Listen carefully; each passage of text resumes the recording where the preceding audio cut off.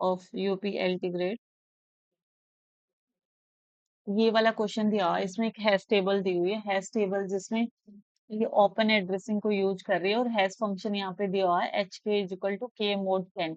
10 हमारा hash table का size है जो 0 से 9 तक ब्लॉक्स में रिप्रेजेंट करी गई है। इसमें हमने लीनियर प्रोबिंग करनी है, इसमें 6 वैल्यू इंसर्ट कर रखी है। इसमें ये देखना है कि जो इंसर्टेड की वैल्यूज हैं वो कौन सी वाली सही है, कौन सी चॉइस पॉसिबल है इस वाले की टेबल में, अगर हम लीनियर प्रोबिंग यूज करें ओपन एड्रेसिंग में। तो जैसे मैंने यहाँ पे थोड़ा सा करके देख रखा है 46। 46 का जब हम मोड लेंगे 10 पे, तो मोड हमें क्या देता है, रिमाइंडर देता है। 46 मोड 10 करेंगे तो हमें इसका रिमाइंडर आएगा 6। तो ये 46 हमारी की वैल्यू है। की की की मतलब के मोड 10, तो हमारे 6 रिमाइंडर आए, तो 6 वाले ब्लॉक में हमारा 46 जाएगा, ये ठीक है। ठीक है, इसके बाद 42।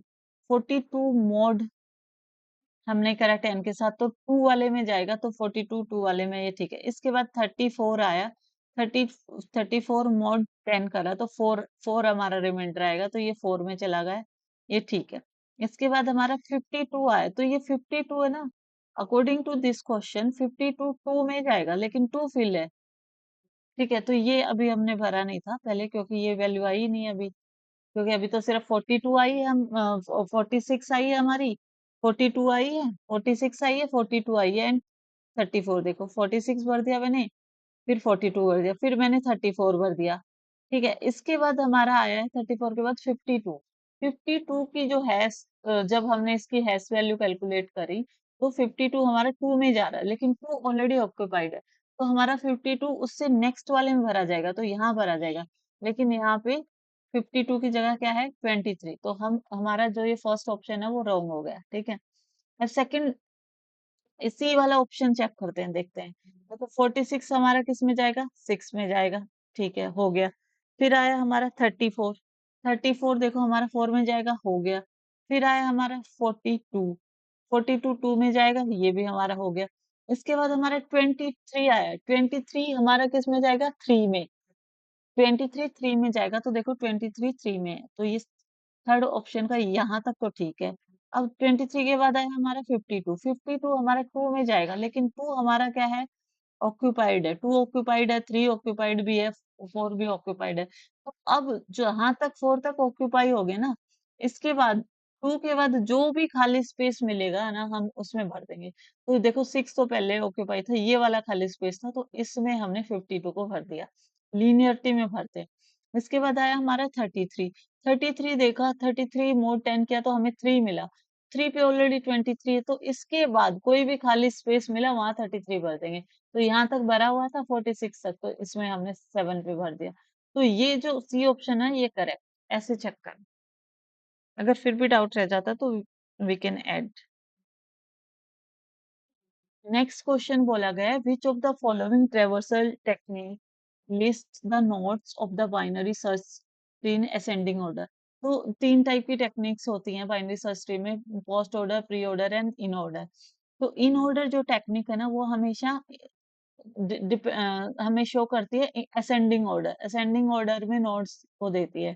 तो जब भी हम कैलकुलेट करते हैं बाइनरी सर्च ट्री में, प्री ऑर्डर, पोस्ट ऑर्डर, इन ऑर्डर, तो जो असेंडिंग ऑर्डर में जो दिया हुआ होता है स्ट्रिंग्स, तो वो इन ऑर्डर की दी होती है।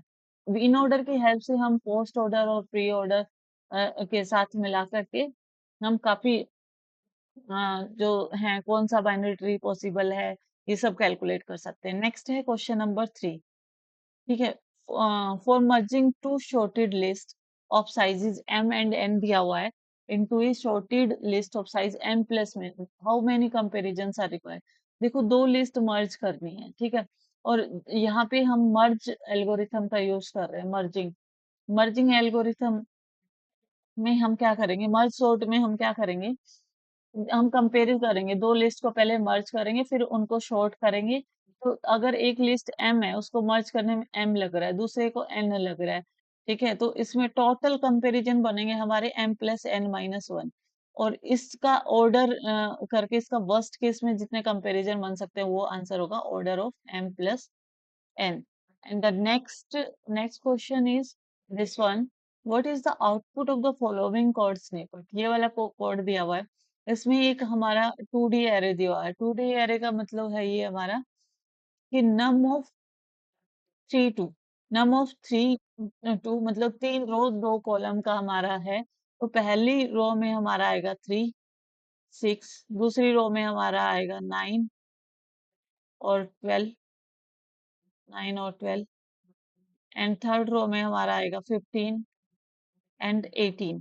अब ये हमसे आंसर पूछ रहा है कि num+1 निकालना है एंड देन num+2, num+1 का मतलब ये हमारी थी 0th रो, ये हमारी फर्स्ट रो, ये रो नंबर 0, ये हमारी 1, ये रो नंबर 2, इस टाइप से थी। तो num 0 का मतलब 0, num 0 का मतलब 0th रो, num1+1 यानी फर्स्ट रो का फर्स्ट एलिमेंट, फर्स्ट रो का 0th एलिमेंट ये है, फर्स्ट रो का फर्स्ट एलिमेंट 12 है। ठीक है, 0th एलिमेंट हमारा 9 है एंड वन फर्स्ट एलिमेंट हमारा क्या है 12। तो फर्स्ट रो का फर्स्ट एलिमेंट हमारा 12 है, तो पहले वाले का तो 12 आएगा, तो 12 दो में दे रखा है, ए और डी में। दूसरा बोला num 2, इसका आगे कुछ आगे दिया नहीं हुआ सबस्क्रिप्ट में कि कौन सा लेना है। तो num 2 का हमें जो सेकंड रो है उसका हम 0th लेंगे, तो वो हमारा है 15। ठीक है, तो answer is 12 and 15। Next, which of the following algorithm design technique is use in quick short. Quick short में ना हम पिवोट एलिमेंट लेके चलते हैं, लिस्ट में पहले पिवोट एलिमेंट मानते हैं, फिर उसको पिवोट एलिमेंट के अकॉर्डिंग कंपैरिजन करके डिवाइड करते हैं। तो divide and conquer approach follow करती है हमारी quick sort algorithm. Next question है, which of the following useful in traversing the graph in breadth first search। breadth first search में हम FIFO टेक्निक यूज करते हैं, फर्स्ट इन फर्स्ट आउट। ठीक है, first in first out technique का use करते हैं। और जो FIFO है वो किस में यूज करी जाती है, स्टैक में, सेट में, लिस्ट में, क्यू में। तो FIFO को कौन यूज करता है, क्यू यूज करता है, इसलिए option D will be the right answer for this question. Next question है, which of the following is not a backtracking algorithm. के नाइट टूर प्रॉब्लम ये ऑलरेडी बैकट्रैकिंग है, एन क्वीन भी बैकट्रैकिंग है, M coloring problem भी हमारा backtracking है। लेकिन टावर ऑफ हेनोई है ना, रिकर्जन को यूज करता है। जो टावर ऑफ हेनोई है वो रिकर्जन को यूज करता है। तो ऑप्शन नंबर 7 का क्वेश्चन नंबर 7 का C will be the correct answer. ये रिकर्जन को यूज करता है, tower of Hanoi not backtracking algorithm.